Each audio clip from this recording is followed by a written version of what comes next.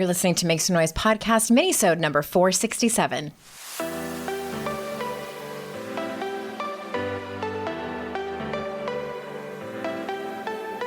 Welcome to Make Some Noise podcast, your guide for strategies, tools, and insight to empower yourself.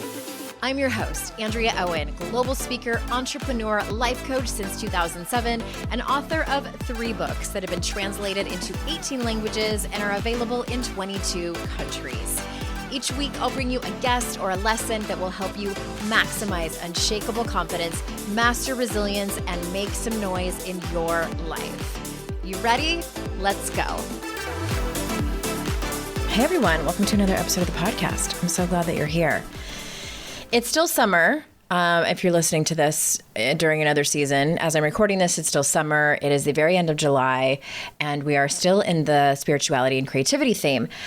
And I coincidentally am doing something creative today.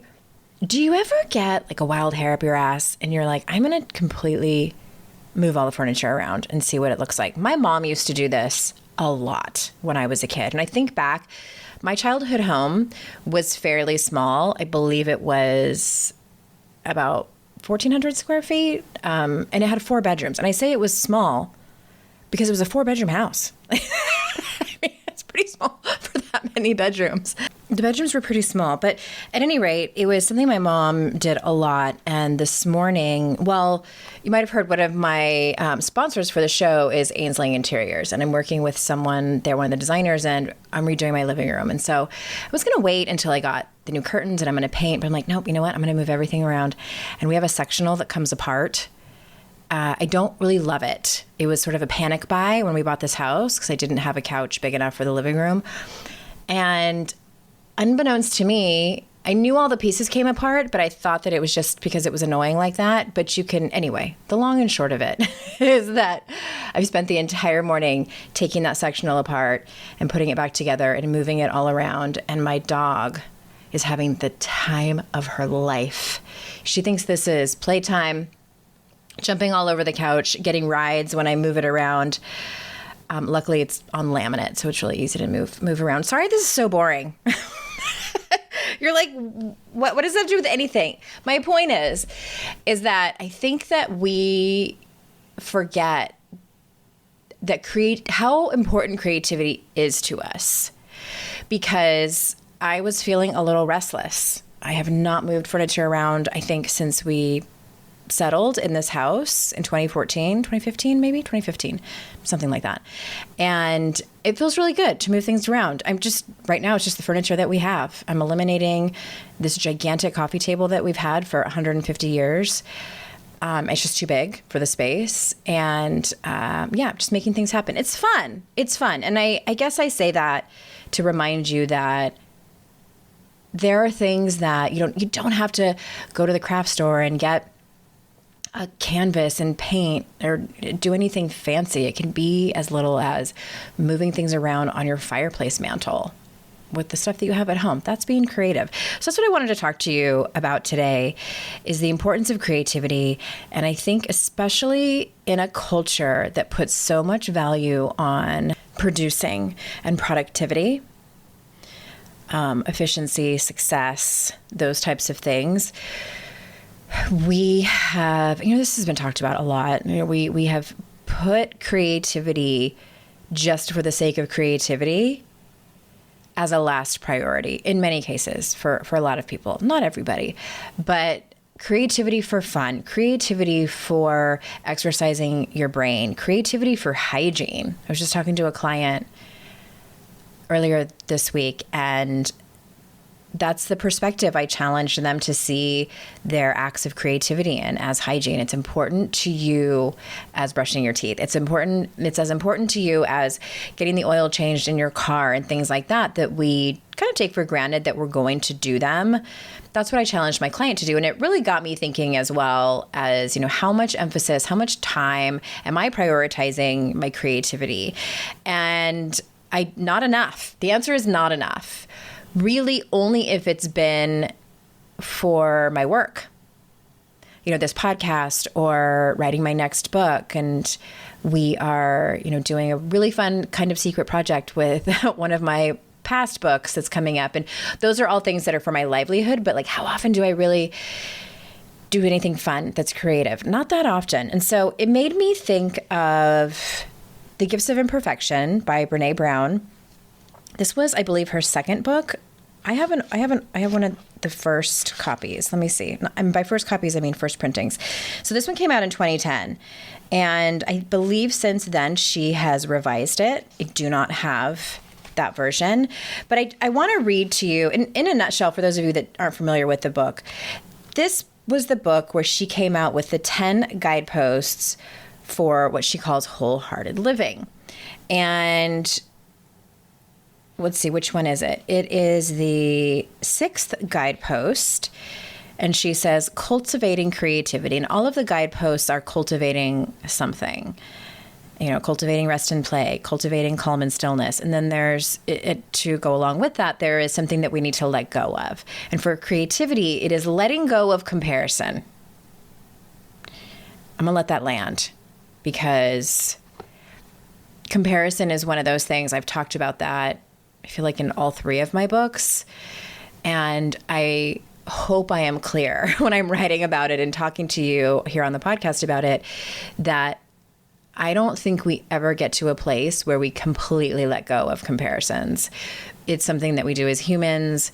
It probably, I'm not an anthropologist or psychologist, but it probably has something to do with our survival, just like making sure we're measuring up and things like that. But social media has brought it to a whole nother level, and comparisons can keep us stuck. They can make us feel like shit. They can lead us to behaviors that we're not proud of, you know, gossiping, et cetera, et cetera, et cetera. So I just wanted to put that bug in your ear. It's not about completely letting go of comparisons. For me, it's about, and I wrote about this in How to Stop Feeling Like Shit, it's not about completely stopping all of these behaviors. The goal is to notice very quickly when you're doing them so that you can course correct. That's the bottom line, really.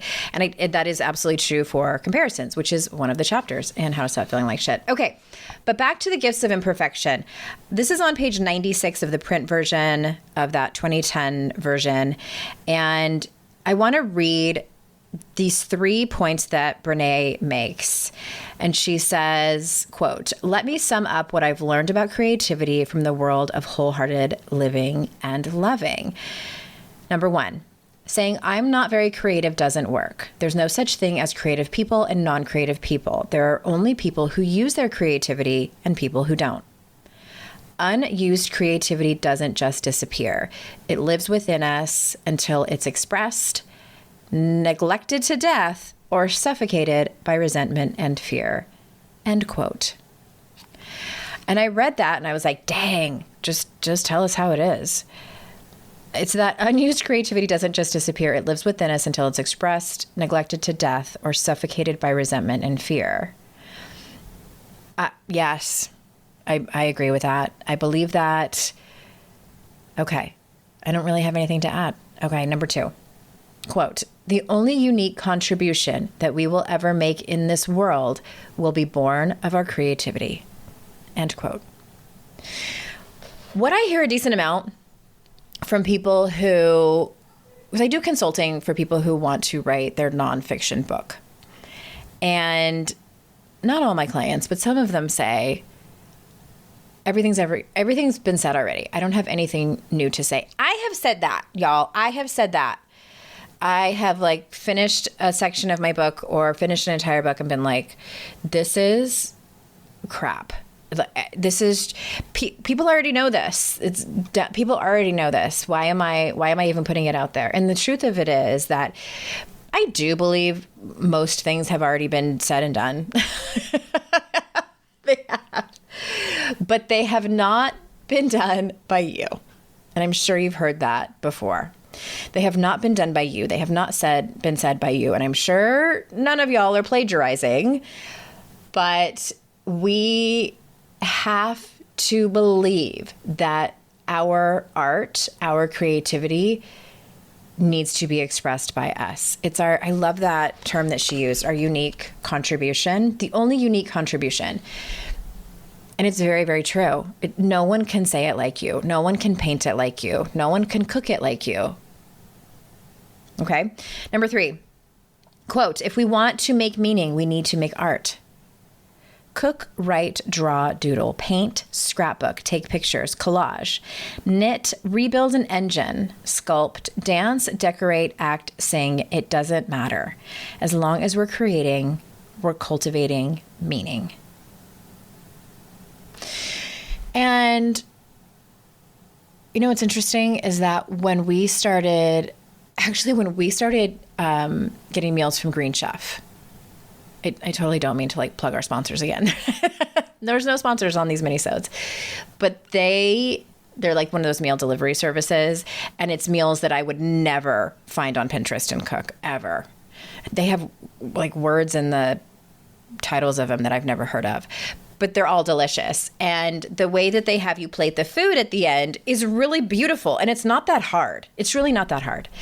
And I always like stand back for a minute and I'm like, that is really pretty. Like, look at the salad and it's so bright green, and this sauce on top, the way you do it back and forth. And then you fan the meat out in slices. And I never understood why it mattered to people, like the presentation of food.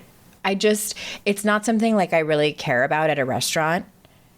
I'm like, I don't care if it looks beautiful on my plate. But now that I have cooked it, I understand. I'm like, okay, this is meaningful to me, that I have made this food and presented it in a way that's beautiful. It feels creative. It feels good. It brings me joy. It sparks joy. And that's what's important, right? At the end of this, and pointing back to that same client I was talking to about their creativity, and I said, what's important to you about making time for your creativity? How do you feel at the end of it? And they said, it makes me happy. It just makes me happy. And that person's partner had said to them, you seem more passionate about life the more creative that you are. And I was like, that's true. That's true. Because remember, number one, it lives within us until it's expressed, neglected to death, or suffocated by resentment and fear. Yeah, there's that. So my invitation to you is to cultivate creativity. Make time for it in your life. Put it in your calendar if you have to. If you have feelings about it, get curious about it. Do you feel guilty about it? Get curious about that. It's important. It's so incredibly important. I hope you've enjoyed these podcast episodes. By the way, registration closes on August 19th for the Daring Way Retreat, which I'm facilitating Brené Brown's work.